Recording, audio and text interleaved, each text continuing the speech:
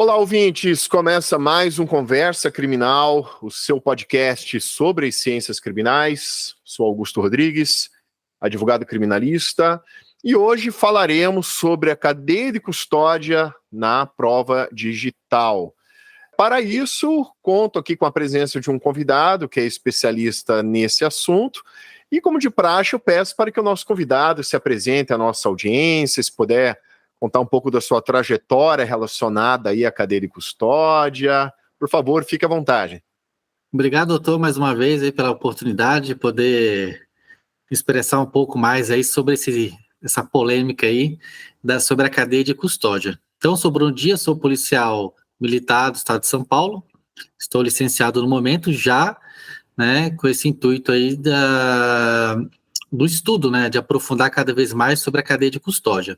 Para mim, isso surgiu na minha vida lá no ano de 2017. Sempre trabalhei com tecnologia, tenho formação na área, mas como fui convidado pelo Alto Comando da Polícia Militar para participar desse projeto inusitado, que seria colocar câmeras corporais nos policiais, lá surgiu essa questão da fragilidade na coleta dos vestígios digitais. E dali, cada vez mais, eu pude me aprofundar e poder compreender essa mesclagem, podemos dizer assim, entre a tecnologia e o direito. E até dando um spoiler aqui sobre a questão dos meus estudos, que concluí hoje, e vou poder disponibilizar a todos, essa questão de nós entendermos essa mistura do direito e a tecnologia que caminham lado a lado, e eles têm que se complementar para garantir os direitos fundamentais de todos nós. E a respeito do conceito, né, se a gente pode chamar assim de o que é uma cadeia de custódia, o que é uma cadeia de custódia voltado para a prova digital, como que a gente pode introduzir esse assunto? Qual que é a importância da cadeia de custódia relacionada aí às chamadas provas digitais? Eu muitas vezes eu tenho viajado o Brasil todo, eu tenho palestrado, tenho conversado com autoridades, principalmente em Brasília, juízes, promotores, advogados, peritos, corporações de segurança pública, e eu percebo que muito é se falado sobre a cadeia de custódia, mas pouco materializada, pouco compreendida quando a gente tenta materializar de fato, né? Como que é um documento? Como que eu posso saber se quebrou ou se teve a falta da cadeia de custódia? Então, o conceito muito é falado, mas pouco aplicado na prática. Então, quando eu falo da cadeia de custódia digital, eu penso numa solução, num software, num sistema. Então, ele é composto por dispositivos que nós podemos chamar de drone, uma máquina fotográfica, uma própria câmera corporal, um radar, um etilômetro, que é o bafômetro. Tudo isso é eletrônico, é digital. Ele gera pulsos, números binários. Dali já se começa o quê? A documentação do registro da cadeia de custódia. Então, quando eu falo hoje da cadeia de custódia digital, eu tenho que falar de sistemas e dispositivos. Então, qual o meio que foi usado para que aquele vestígio, o meio que foi usado para coletar aquele vestígio. Então, a gente tem que começar a compreender o seu nascimento na sua origem, através do dispositivo. E aí, nós temos já começando o quê? As 10 etapas da cadeia de custódia. Então, quando eu uso um dispositivo, eu estou aplicando o quê? Os primeiros 5 passos da cadeia de custódia. Então, se eu estou usando um drone, um print, eu estou gerando um dado. Um dado, ele é como se fosse uma foto, um vídeo, um áudio. Ele é um dado. E aí nós temos o quê andando ali atrelado a ele? Os metadados. É o que eu sempre gosto de dizer, que um vídeo não é uma verdade absoluta por si só. Porque se ele não for acompanhado dos seus metadados, como que eu vou saber a relação daquele vídeo com o fato, com o crime? Porque no crime nós temos o quê? Nós temos o local do crime, nós temos um dia, nós temos uma hora, nós temos o local e os meios usados para aquilo. Então, os primeiros 5 passos da cadeia de custódia começam na coleta. O 6º passo, o que nós temos? O transporte. E aí, que seria basicamente o que? A extração e aí, posteriormente, o transporte. Aí depois nós temos o quê? O recebimento, o armazenamento, o processamento e o descarte. E aonde é feita essa outra etapa? É por um software, que nem nós conhecemos muito hoje o Cellebrite. Então, o Cellebrite ele é um dispositivo de extração. E nós temos também o Verifact, que também é um programa de extração, captação. Mas ambos, o que eles têm em comum? Que é o quê? Eles param ali na 5ª etapa. E aí nós temos o quê? A 6ª etapa. O transporte, e assim vai indo, transporte, recebimento, o armazenamento, processamento e o descarte. E aí precisaria o quê? Que eu gosto de chamar de instâncias de sistemas de custódia. Então, a partir do momento que eu extraio daquele dispositivo, que pode ser o Cellebrite, pode ser o Verifact, pode ser uma câmera corporal, um drone, eles têm que, para manter ali de forma digital, todo o processo, ele tem que permanecer através do software.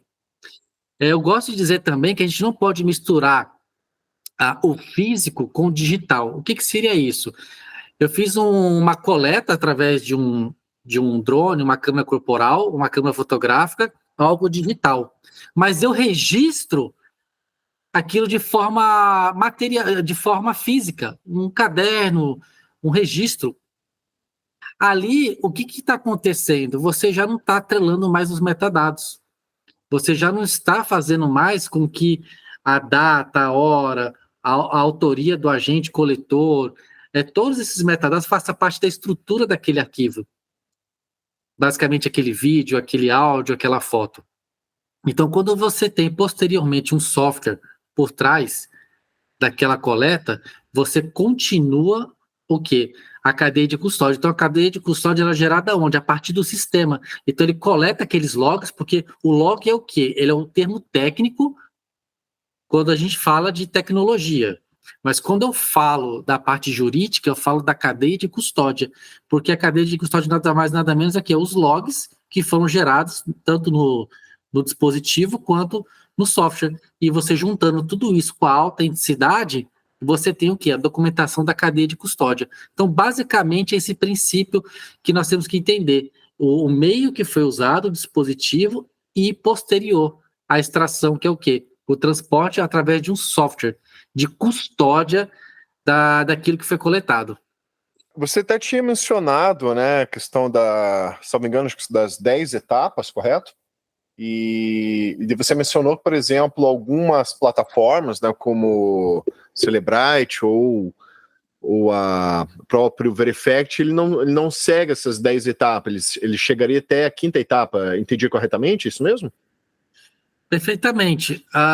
O Verifact, ele tem mecanismos muito bons de captação de web, né, de browser, do que a gente está navegando ali.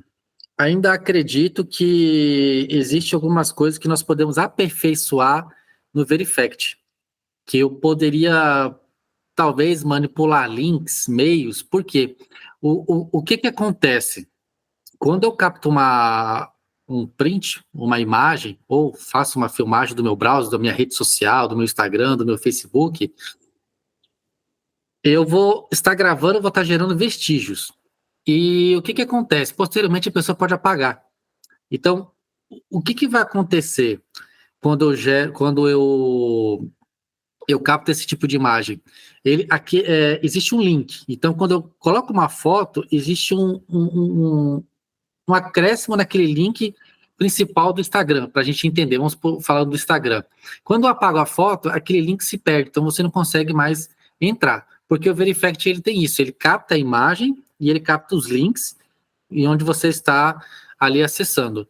E aí você pede. Através de um perito, ele pode questionar a existência de uma manipulação daquela imagem. O que seria isso? Eu poderia, como eu sou programador e web designer, eu poderia criar uma plataforma do Instagram com todos os 100% dos formatos, até links parecidos, até criar, né, de forma virtual um link e fazer uma gravação através do Verifact, e aí, né, posteriormente, se alguém questionar, eu posso dizer que aquele link foi deletado pelo próprio Instagram. E aí fica duvidoso aquela captação. Com relação ao Cellebrite, ao Cellebrite e o Verifact, eles são dispositivos de coleta e extração. Então o Verifact ele coleta e o Cellebrite ele extrai de um dispositivo, um smartphone, um notebook. E o que acontece? Uma coisa que nós temos que entender um pouco sobre a cadeia de custódia digital é também não atropelar um pouco o ponto de vista do físico. Porque quando eu pego uma arma, eu não apresento uma arma pela metade. Eu tenho 2 armas numa cena de crime. Eu não pego 2 armas e coloco dentro do envelope, do saco. Cada saco vai uma arma. E cada um é identificado. E esse é um ponto importante em relação à questão do Cellebrite. Por quê? Porque cada vestígio que for usado, cada prova, evidência que for usada no tribunal, ela deve estar identificada individualmente. E a identificação digital é o quê? É a hash. E aí nós vamos entrar um pouco depois nessa questão da hash. Mas é o quê? É a hash, né, que é a chave privada que nós falamos, os metadados, que é o quê? A documentação. Então, se eu apresento hoje, eu chego lá com o Cellebrite. O Cellebrite ele vai extrair um monte de coisa, vários arquivos, vários documentos. Ele coloca num CD. Então, ali já tem um pouco, já tem a quebra da cadeia de custódia. Por quê? Porque eu já não tenho mais o registro cronológico de quem está acessando aqueles dados. Não tenho mais, porque eu perdi. O que acontece? Lá tem, às vezes, 500 arquivos lá dentro, 1000 arquivos. Cada arquivo que eu apresentar, eu tenho que apresentar de uma forma individual, com a sua cadeia de custódia preservada. Individual. Assim como o físico o digital também é. Então, se eu tenho 10 fotos, são 10 fotos com a chave privada, que é a hash, e eu tenho que ter 10 cadeias de custódia de cada documento, provando como cada um foi extraído, quem, quando e como foi manuseado. Então, esse é um ponto importante onde se limita o Cellebrite e o Verifact. Então, hoje, se nós formos analisar um processo e receber esses documentos através desses dispositivos, nós podemos questionar o quê? O primeiro princípio, o transporte. Como que foi feito o transporte? Como chegou na minha mão? Quantas mãos passaram esse CD que foi extraído? Aí tem que voltar de novo lá para o princípio, aí exigir a contraprova dentro do Cellebrite, para ver se de novo o que está lá é íntegro e verdadeiro. Então aí se tem essa limitação do pós-extração, do pós-captura, que aí exige o quê? Um software como complemento, um sistema de custódia. A gente até acabou adentrando, né, nesses programas, sistemas, enfim, como o Cellebrite e o Verifact, mas a gente até não mencionou aquilo que é mais comumente, né, que ocorre nos processos judiciais, que é o próprio print de tela. Muitas situações que a gente vê, tanto em processos cíveis como criminais, a busca, né, de condenação da outra parte com base ali num print de uma tela de WhatsApp ou de alguma tela de uma rede social, algo assim nesse sentido, o que gera muita controvérsia, né, no poder judiciário, pois há alguns juízes que acabam aceitando, né, essa suposta prova, né, por meio de print, mas também os tribunais acabam derrubando, né, a validade dessa prova justamente por não ter nenhuma certificação da cadeia de custódia, né? Então a pergunta que eu faço, até pelo teu conhecimento, como seria fácil, por exemplo, manipular um print? Isso que eu nem estou falando de um print com certificação. Estou falando simplesmente a pessoa que está lá numa conversa ali, suposta conversa, supostamente tirou print e busca a condenação da outra parte com base nisso. Quais são as tuas considerações a respeito dessa suposta validade probatória de um simples print de tela? É que eu vejo em algumas sentenças, alguns julgamentos, essa angústia, essa ansiedade em querer fazer com que o mundo digital, que já faz parte da nossa vida, não se conflite com nossas leis, com nossos direitos fundamentais, principalmente com relação a, quando nós falamos do print, né? É ônus, né, de quem apresentar provar. Agora, cabe, porque hoje eu percebo que é muito caro um perito, né?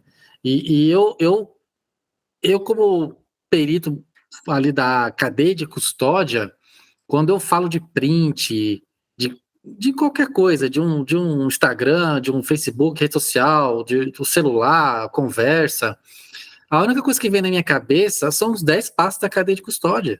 Porque a cadeia de custódia, como é que eu posso dizer?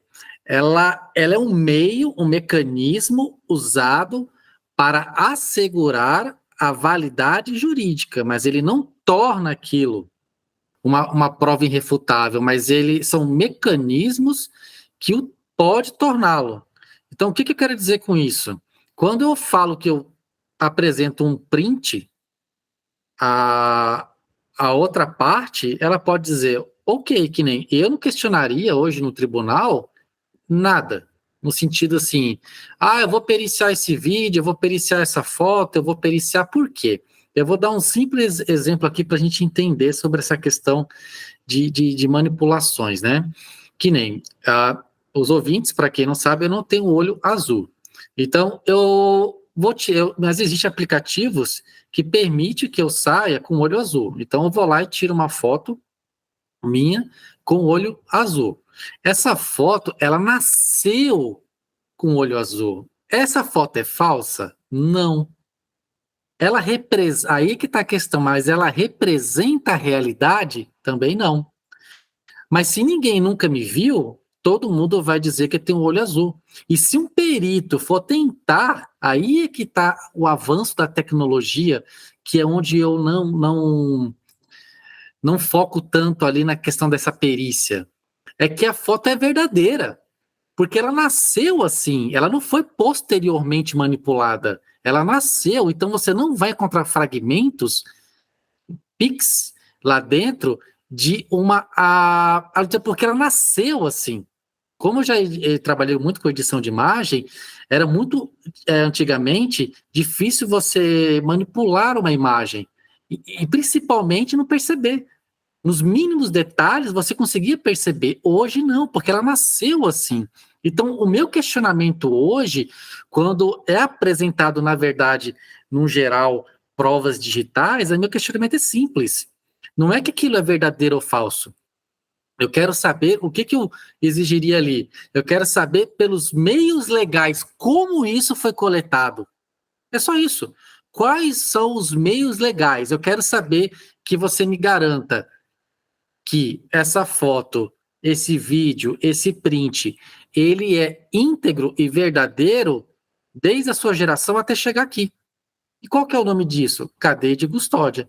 Meu outro questionamento é, essa data e a hora está correta? Ela representa a hora legal dos fatos? Ou ela foi gerada através da hora do celular? Que nem eu tenho um iPhone. Para as pessoas começar a entender, a gente começar a entender sobre essa questão da hash, que ela está sendo de forma, vamos dizer assim, aplicada de forma errônea e entendida. A hash, ela, quando fala que a hash torna o arquivo íntegro, é que a soma, porque a hash é o quê? É um cálculo matemático de números binários de um determinado dado. Então, toda vez que aquele dado for mexido, editado, vai ser feito um novo cálculo. Então, como que eu, perito, posso dizer que o simples fato de um documento digital ter uma hash ele é verdadeiro? Não tem cabimento. Não tem. Por que não tem cabimento? Porque, como eu falei, o que é a hash? É um cálculo matemático da soma dos números binários de um dado. Então, eu tenho um dado. Então, deu um print. E aí, eu, né, de má fé, dei o print, manipulo e, né, vamos lá levar como prova e vamos ver se, teoricamente, assim, no popular cola, né? O que vai acontecer? Como que eu vou saber? Né, a parte vai mostrar lá a hash, quer dizer, não, esse vídeo é verdadeiro, esse print é verdadeiro, porque é que a hash está aqui. Mas eu te pergunto, como que eu posso saber se essa hash é a primeira ou não? Porque não existe hash falsa ou verdadeira. Como que eu posso saber que esse print é verdadeiro só com uma hash? Porque a hash não vai me trazer nada mais que uma sequência de números. A gente chama de chave privada. Então, como que eu vou saber, através da hash, que aquele documento, ele de fato é o que foi coletado? Não tem. Zero. Não existe uma possibilidade, não tem como saber. Então, a hash ela é essencial por quê? Porque ela cria uma identidade que a gente chama de chave privada. Mas ela, por si só, não tem valor nenhum jurídico. Ela não tem. Por isso que o Brasil saiu à frente em outros lugares do mundo, que a gente chama do ICP Brasil, Infraestrutura de Chave Pública, que é a Lei 14.063, de 2020, onde estipula as chaves, que são o quê? Os certificados eletrônicos de autenticidade do quê? Do tempo, que é o temporal, a autoria e a própria autenticidade em si do documento em geral. Então, aí é que agora a gente vai começar a entender o papel da hash. Então, para não perder a linha de raciocínio, então, quando se apresenta um print, o que eu tenho que pedir? Eu tenho que pedir a cadeia de custódia. Para mim, isso é fundamental. Só que a Lei 14.063, ela determina que quando parte de órgãos públicos, ela determina que seja aplicada a chave pública. Agora, quando é provas obtidas por populares, né, fora, né, que não é que seja pelo Estado em si, aí já não é exigido, mas, né, pode aplicar de uma outra forma. Aí entra basicamente a pedir pelo menos no mínimo a cadeia de custódia. Eu já vou dizer mais ou menos um pouco do que seria, o que teria que ter dentro dessa cadeia de custódia. Mas se a prova parte do Estado, o que vai acontecer? Toda vez que eu gerar um documento, que nem eu estava comentando do meu celular, quando eu tiro uma foto, se vocês tirarem uma foto do celular de vocês, tem hash. Todo arquivo tem uma hash, o que varia é o seu formato. SHA-1, SHA-2, SHA-3, o ROM. Então, o que varia é o formato da hash, o formato da identidade daquele arquivo. Então, a partir do momento que gerou aquela hash, que é a chave privada, ela deve ser somada a uma chave pública, que gera o quê? Uma criptografia autenticada das duas chaves. A partir do momento que gera uma chave criptográfica das duas, a gente fala o quê? Isso é feito o quê? Pelas ACTs, acreditadas pela ICP Brasil. Então, as ACTs, as agências acreditadoras de autenticidade, é tipo um cartório digital, ela armazena aquela chave criptografada e os seus metadados. Ok, parabéns, então, pá. Então, ela autenticou a chave privada junto com a chave pública, formou uma chave criptografada, guardou seus metadados lá no seu banco de dados. Então, essa autenticadora, que não tem a ver com quem gerou. Aí é que o que a lei diz, né? Principalmente o Código de Processo Civil, o artigo 411, né? Quais são os meios legais de autenticidade? Uma delas é o certificado, assinatura digital. E ela fala que tem que ser verificável. Então, ok. Então, vamos supor aqui, eu tirei um print, consegui usar uma API, que a gente chama, né? Uma API que fez com que esse print recebesse essa chave criptografada de autenticidade e ficou armazenada no cartório digital.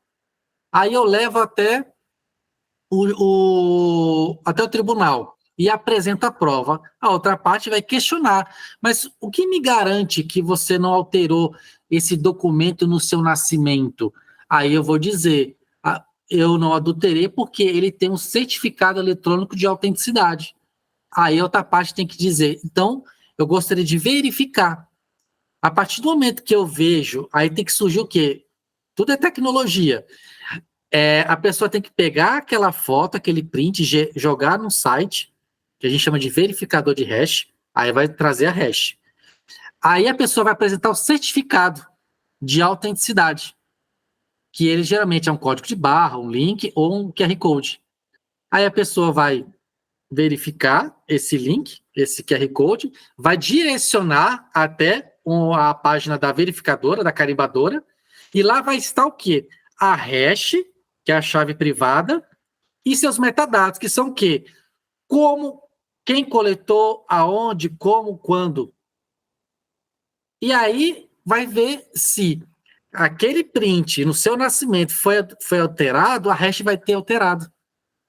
E aí você vai saber se houve ou não uma adulteração. Então, eu partiria, e simplesmente são leis, são mecanismos já previstos em leis que eu usaria.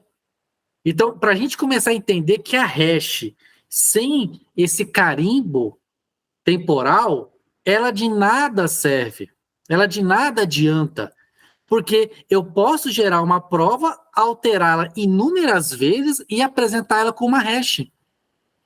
Mas a única forma legal, técnica, é através das autenticadoras que têm fé pública, acreditadas pela ICP Brasil.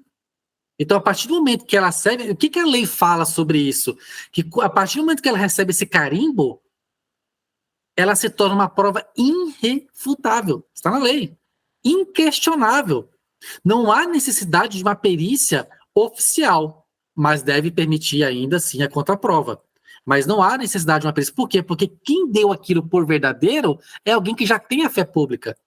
Então, esses são os remédios que nós podemos começar a compreender no júri, no tribunal. Mas como eu falei, nós temos dois cenários. Nós temos quando é coletado por populares e quando é oferecida, apresentada pelo Estado. E é ônus do Estado apresentar. O Estado vai apresentar o quê?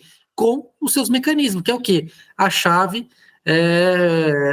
o certificado criptografado de autenticidade.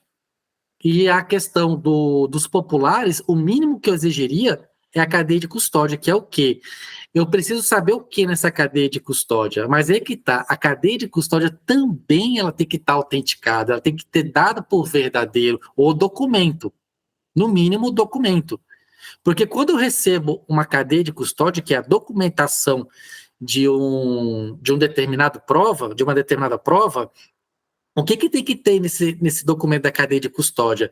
Eu tenho que ter esse certificado, esse carimbo digital do arquivo, que é que eu diria o quê? Que é o print, a foto, o vídeo. Eu tenho que ter a autenticidade do documento, que ele vai trazer o que é ali, toda a cronologia, todos os passos do manuseio, do nascimento, do acondicionamento, da extração, do transporte, do processamento, tudo ali dentro da cadeia de custódia, e uma assinatura de quem gerou aquele documento, uma assinatura digital. Então, são 3 certificados que vão dentro de uma cadeia de custódia quando eu apresento uma prova digital, que deveria ter, pelo menos no Estado, deveria ser assim. E a questão do que nem... Nós vamos, então, captar uma imagem de um vídeo monitoramento de uma casa. Eu quero dar esse exemplo, porque é um exemplo que eu dou em algumas palestras minhas, né? Tem vou dar um exemplo de um final de uma rua. Aí uma mulher, ela foi violentada. A rua é sem saída. E tem uma câmera apontada e ela alega, a vítima, que ela foi, né, violentada entre 11 horas e meio-dia. O que acontece? A câmera captou uma pessoa passando, um homem passando, entre 11 horas e meio-dia. Todos nós vamos subentender ali que como é uma rua sem saída, nesse intervalo somente essa pessoa passou, que foi essa pessoa, aquele homem que passou esse intervalo.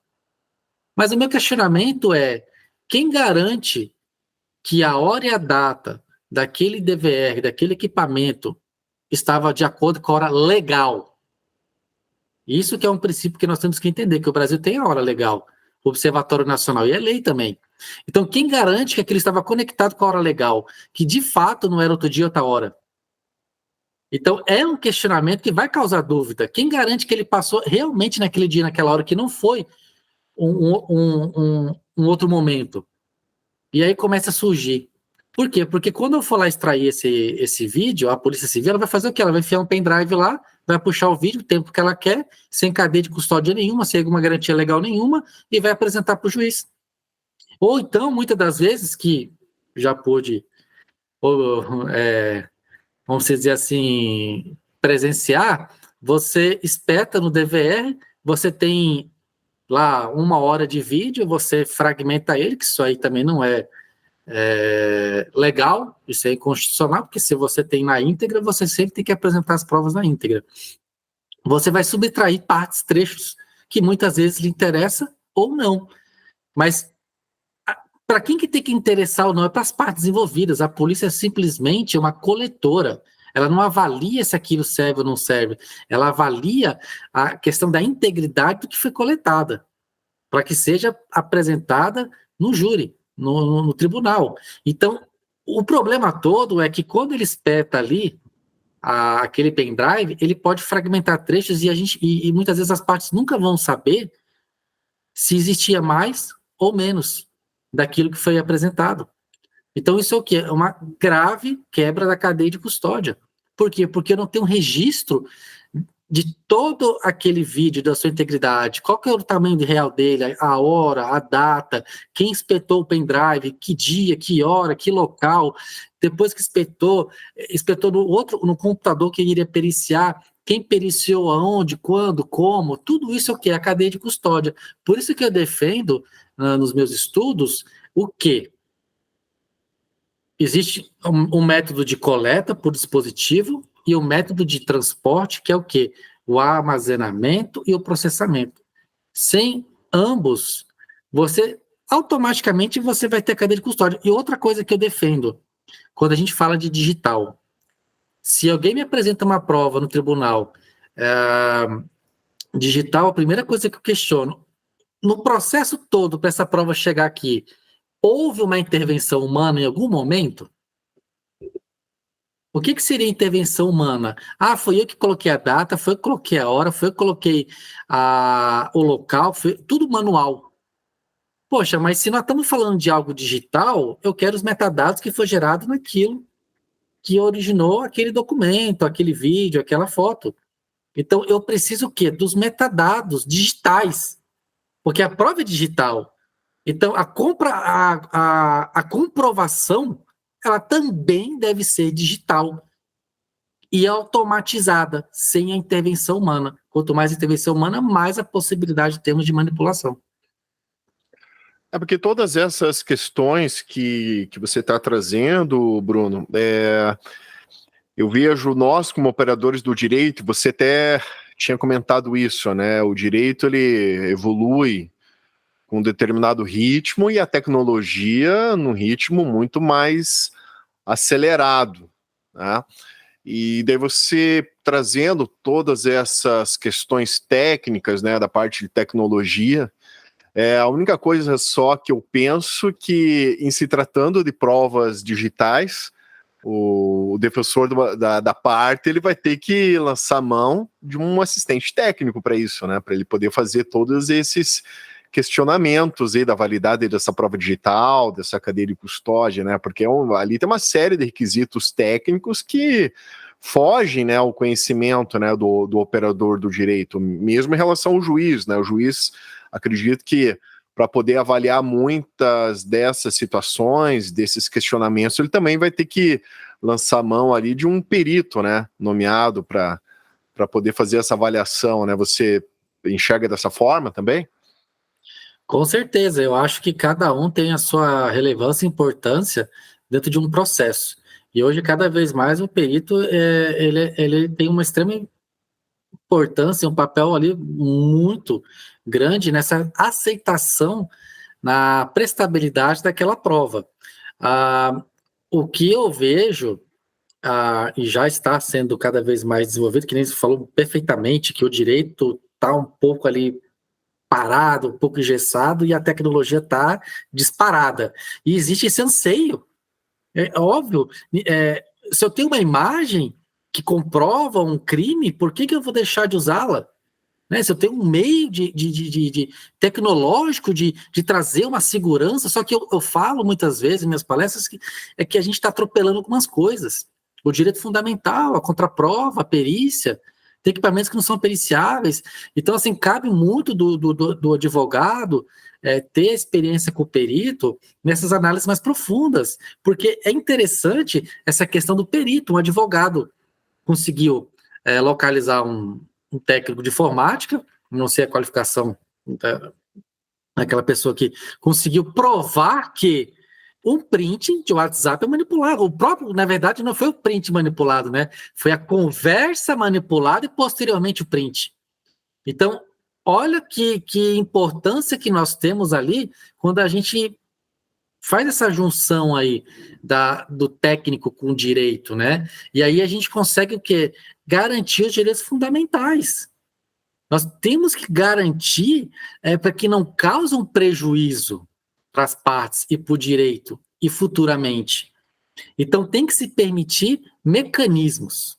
Então, hoje o que eu defendo em lei é essa questão do certificado eletrônico de autenticidade do ICP Brasil. Que nem esses dias uma pessoa bateu no meu carro e aí ele já desceu tirando foto com o celular.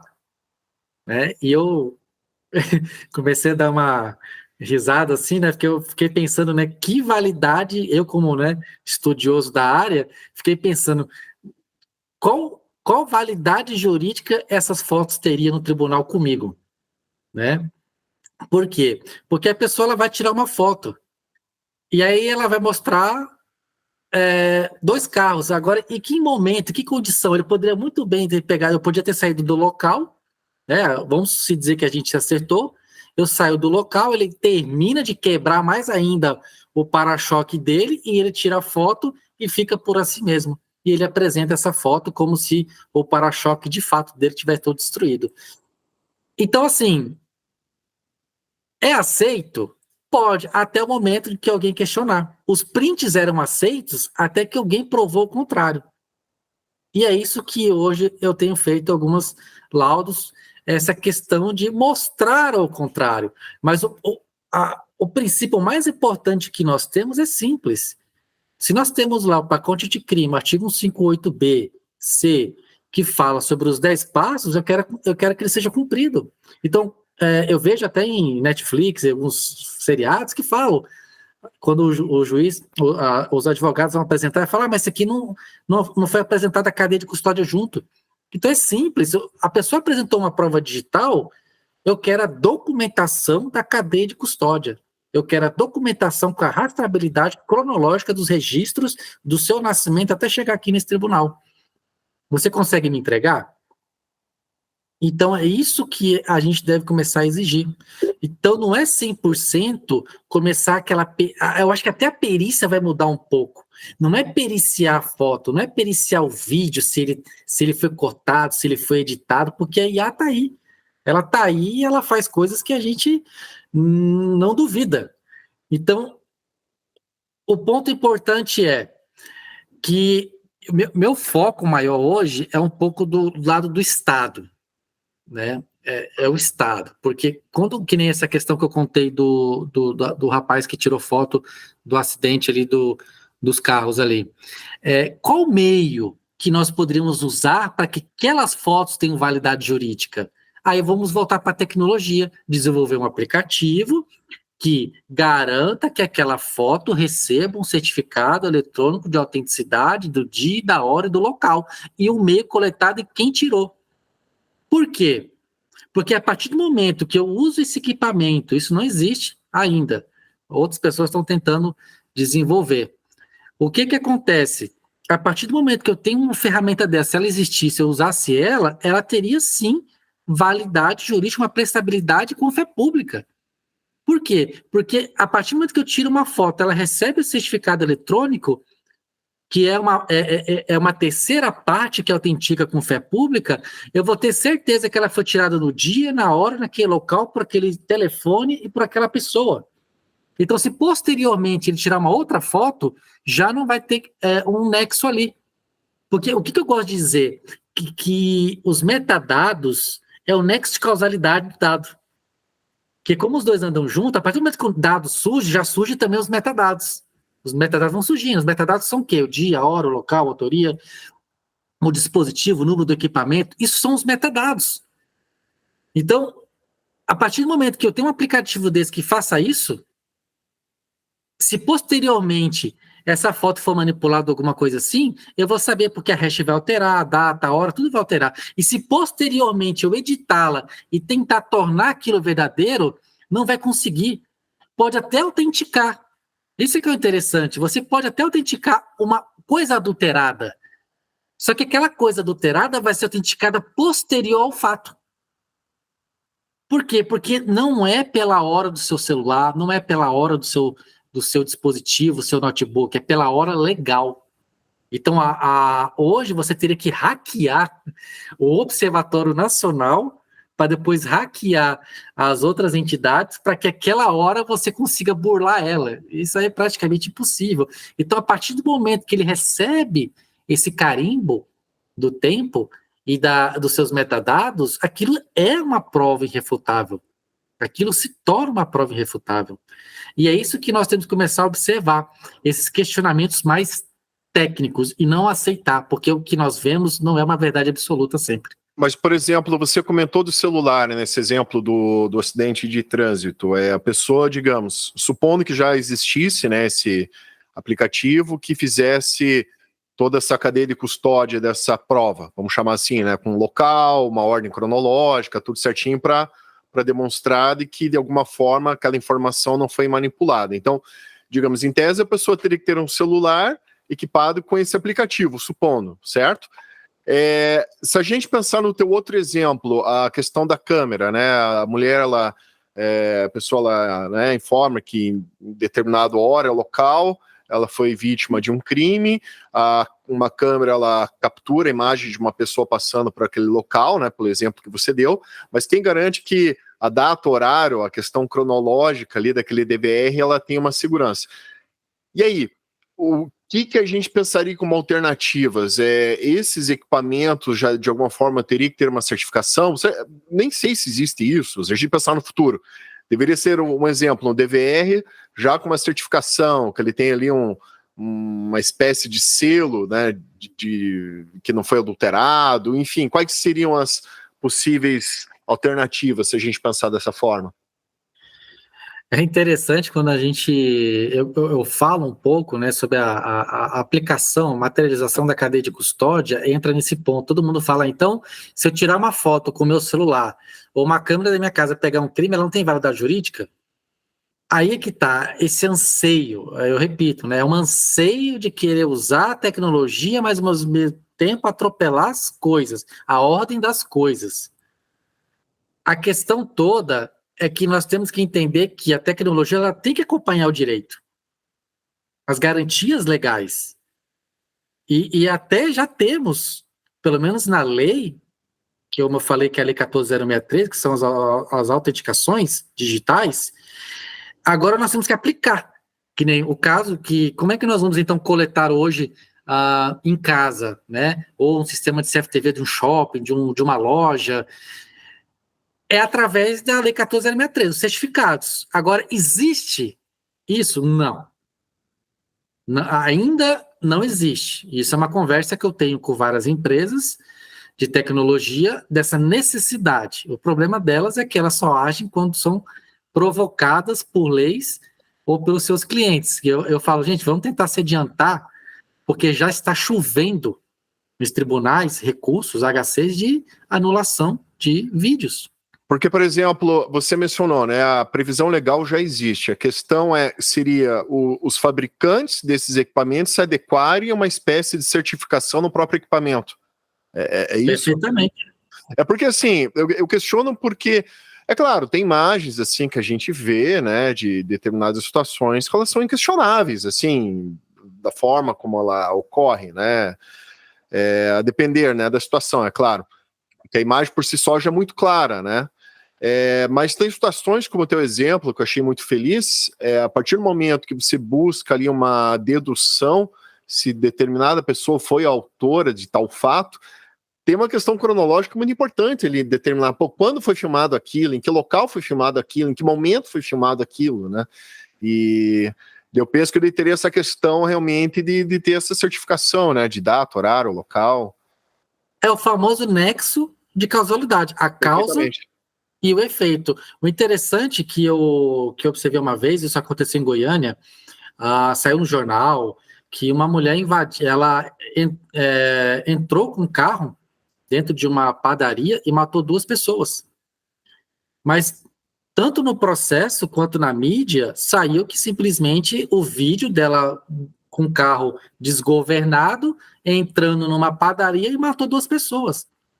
O vídeo mostrou o nexo de causalidade? Não. Aí é que a gente começa a entrar outros mecanismos. O que aconteceu? O que provocou aquilo? Qual foi a causa? Porque ela estava no momento normal ali. E o que levou aquilo? Então, o vídeo teria que ter mostrado ela na sua normalidade, se locomovendo com o seu veículo. E ter o que? Aquele nexo daquele loucura que aconteceu. Agora, o que de fato aconteceu? Como envolvia um desembargador, saiu no jornal também, que os policiais rejeitaram a causa. Os policiais civis rejeitaram a causa. Eles viram a causa, mas só colocaram o efeito. Porque a causa foi o quê? Um desembargador estava no seu veículo e deu a ré de forma brusca. E essa mulher se perdeu, ela se desesperou ali por algum momento, e aí parece que o calçado dela prendeu no acelerador, e aí causou esse desgoverno do carro. Então, tá vendo a importância do nexo de causalidade? Então, não foi proposital, ela não jogou o carro lá dentro, houve algo que a provocou. Então, aí é que nós temos que começar a entender. Simplesmente eu tenho uma arma e eu disparo e mato, é uma verdade? Aí a gente vai tentar confrontar. Bom, eu estou vendo o rosto da pessoa, estou vendo a arma, estou vendo o rosto da outra pessoa e eu tiro. Mas eu só tenho isso. Mas será que quando eu atirei, surgiu o quê? Qual foi a causa daquela minha ação para ter aquele efeito?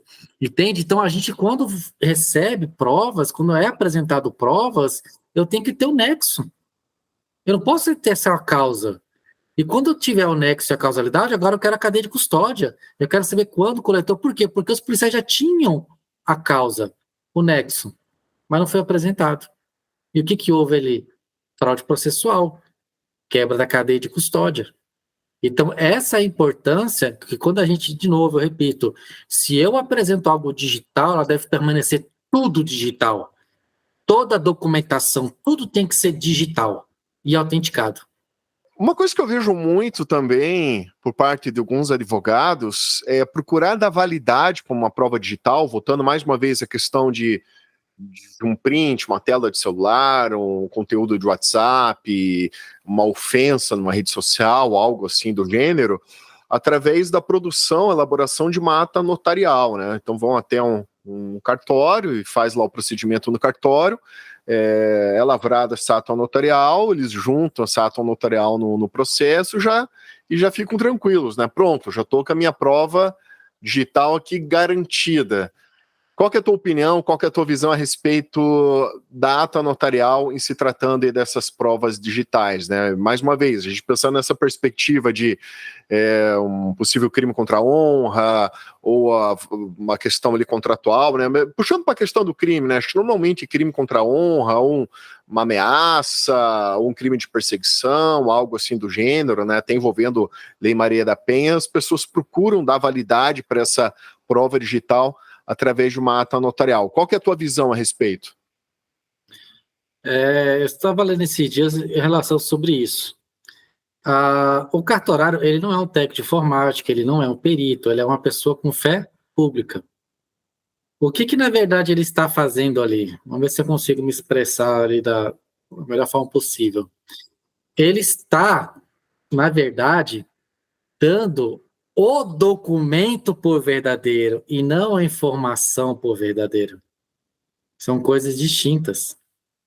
Então, eu quero tirar um print de qualquer coisa e eu quero dar aquilo por verdadeiro. Eu não posso me auto-autenticar. Então, eu vou até um cartório e dou aquele. E quero dizer, olha, eu, Bruno Dias, eu estou dizendo que esse aqui é verdadeiro. O cartório, tá bom. Então, ele foi lá e autenticou, carimbou aquilo como verdadeiro da minha parte. Mas não que aquela informação, de fato, representa a verdade. Então, usar aquilo, o cartorário deu como por verdadeiro. Não. Ele deu, como é que eu posso dizer? Ele deu a minha intenção de tornar aquilo verdadeiro. Porque não foi ele que coletou, não foi ele que printou. E ele não tem também essa parte técnica, essa experiência. Então, ele dá o documento como por verdadeiro, mas não a informação por verdadeiro. Porque não foi ele que coletou. Ele nunca faria isso. Né? Você não pode dar por verdadeiro algo que você não foi você, chegou na tua mão. É a mesma coisa, é um policial quando vai coletar um vídeo no DVR e ele coleta e chega no trabalho dele, né? Chega no escritório e ele autentica aquilo como por verdadeiro. A data, a hora, ou melhor ainda, vamos piorar, simplesmente a pessoa chega com um CD, policial, já peguei as imagens que você queria estar aqui no CD. Aí o policial chega lá dentro do sistema dele e autentica aquilo tudo como por verdadeiro. Não é. Então, eu não sei se eu consegui me expressar que ele não está dando aqueles dados como por verdadeiro. Ele só está dizendo que, se por acaso, no meio do caminho, vamos dizer assim, alguém tentar mexer, pelo menos tem uma cópia lá no cartorário, daquilo que foi apresentado. Mas não que a informação, aqueles dados, metadados, são verdadeiros de fato, coletados no local de crime. Eu não sei se eu consegui me expressar, porque tem essa limitação, essa confusão, principalmente quando a gente fala de autenticidade. Que nem a hash não é uma autenticidade. A autenticidade ela só é dada por a autoridade pública com fé pública. Ela só é dada por alguém que tem fé pública, que possui fé pública. Aí sim ela tem uma autenticidade. Eu não posso me auto-autenticar. Entende? Então, eu entendo dessa forma, que o cartorário ele não dá o conteúdo como por verdadeiro, que aquilo é íntegro, que aquilo é uma verdade, mas ele dá o papel apresentado como por verdadeiro. Ou não verdadeiro, mas que se alguém tentar manipular mais para frente, o original apresentado permanece lá no cartorário. Não sei se a gente conseguiu entender aí. Nesse sentido, por exemplo, produzir uma prova por Verifact, apesar das limitações que a gente conversou hoje, seria muito mais viável do que a ata notarial, né, por exemplo. Eu usaria o Verifact, para mim ele teria mais a credibilidade. Eu só não estou lembrado aqui se ele usa uma acreditada, né, uma autenticadora, porque o que acontece? A partir do momento que ele coleta ali, ele subtrai aquela informação, ele capta, e ele forma uma pasta, que a própria câmera corporal, o drone, o dispositivo forma uma pasta e chama de pasta JSON, formato JSON. E aí essa pasta que recebe o carimbo, porque quando ela recebe o carimbo, ele extrai ali a hash e os metadados e armazena. Então, não sei se o Verifact ele tem essa questão de quando ele finaliza ali aquela captura, ele autentica. Por quê? Porque o problema todo dali do Verifact é o posterior, é o pós. Aí ele vai trazer o quê? Um CD. Ele vai fazer um CD. Isso que eu digo muitas vezes, é uma coisa que eu tenho defendido, que a cadeia de custódia ela foi criada para tentar comprovar a legitimidade daquela prova. Se no meio do caminho houve alguma manipulação. Mas aí eu diria que o certificado eletrônico de autenticidade, o carimbo do tempo, ele é, eu posso dizer assim, legalmente mais seguro do que a própria cadeia de custódia em si. Mas ela é importante por quê? Porque precisa saber o momento que foi carimbado aquele arquivo. Então, por quê? Porque quando eu recebo esse carimbo e eu transporto ele, e aí alguém me questiona no tribunal, um documento gerado pelo Verifact, o que ele tem que ter disponibilizado? A cadeia de custódia individual de cada captura e o seu certificado. Porque a partir do momento que eu contestar ou duvidar de algum momento de alguma prova, eu vou poder verificar. Então, eu vou consultar a hash daquele print, daquele documento que foi gerado, daquele arquivo, independentemente de qual seja, vou ver qual a hash dele e eu vou comparar com o carimbo. Se a hash for a mesma, aí eu vou te dar aqui com toda a certeza do mundo que aquele arquivo não foi mexido. Porque a hash é um cálculo na sua integralidade dos bits, dos números binários. Ele é íntegro, ele calcula tudo. Então, uma vírgula, se vocês forem pesquisar na internet, é simulador de hash. Vocês podem escrever um texto, uma vírgula, um acento, uma letra maiúscula, minúscula, a hash muda. Você vê tão os detalhes que são. Se eu aumento ou diminuo a resolução de uma imagem, também a hash muda. Tudo é número, tudo é número. Então, a partir do momento que eu recebo esse certificado, por isso que a lei fala, eu repito, ela se torna uma prova irrefutável, dada por alguém com fé pública, por uma entidade com fé pública. Porque quando eu for verificar, a hash vai ser, se for a mesma, não foi mexida, não foi adulterada, em hipótese alguma, né? Então, esse é um mecanismo legal que futuramente, aos poucos, vão começar a ser usados em vários. Hoje é ser usado, tem empresas que já usam esses certificados. E algumas empresas também usam a questão das câmeras corporais, que nem eu estive dando uma palestra na polícia com os drones, né? E aí tinha várias empresas do mundo todo, Alemanha, Estados Unidos, Canadá, Europa, ali, várias. E aí quando eu falei que eu precisava de uma conexão com a API do certificado, eu falei, não, mas nós já temos a hash, nós temos criptografia, eu falo, senhores, no Brasil existe uma coisa chamada certificado de autenticidade. E as pessoas confundem, é isso que eu também defendo, é confundir segurança do dado com autenticidade do dado. Quando eu falo de segurança do dado, estou falando de criptografia. Quando eu falo de autenticidade do dado verdadeiro, eu estou falando de certificado eletrônico CP Brasil. São coisas distintas. A criptografia é proteger de que outra pessoa não acesse. Sei lá, ela conseguiu acessar, mas ela não consegue assistir, ter contato com a prova. E a autenticidade é saber se aquilo continua íntegro ou não a partir da sua coleta. Então, são coisas distintas, segurança do dado e autenticidade do dado. Maravilha. Bruno, eu quero agradecer aqui pela tua presença no nosso podcast. Também deixo o espaço aqui aberto, caso queira fazer alguma consideração final, abordar algum tema que a gente não discutiu aqui no programa. Também, se quiser fazer alguma indicação para os nossos ouvintes, algum material, curso, livro, por favor, fique à vontade, a palavra está contigo. Agradeço, né, pela oportunidade de poder debatermos e poder expor esses estudos que eu tenho feito ao longo de 8 anos em debates, que eu viajo o Brasil todo e tenho conhecido várias autoridades no assunto, e principalmente a perícia. A perícia era fundamental hoje nesse aspecto da evolução da IA, vamos dizer assim. Eu desenvolvi um material que eu acho que ali eu consigo, de forma mais prática ali, conseguir apresentar um pouco do que eu falei aqui.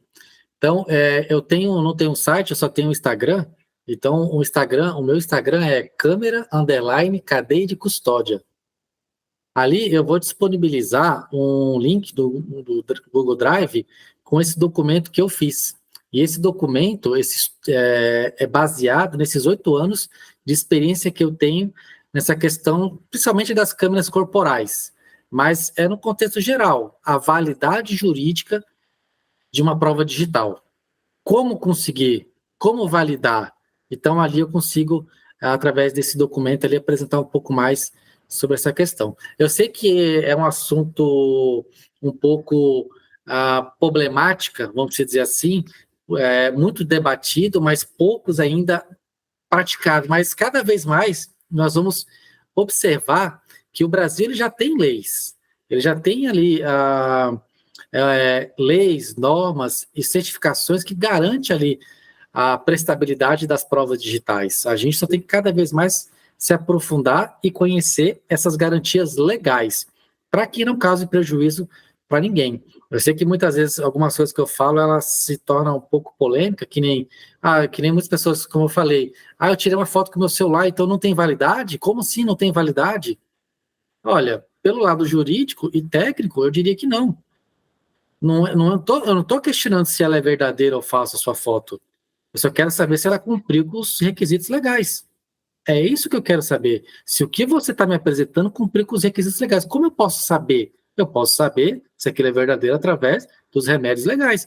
Cadeia de custódia, certificado eletrônico. E isso me garante o quê? Uma confiança, uma legitimidade no processo ali, daquela apresentação daquela prova.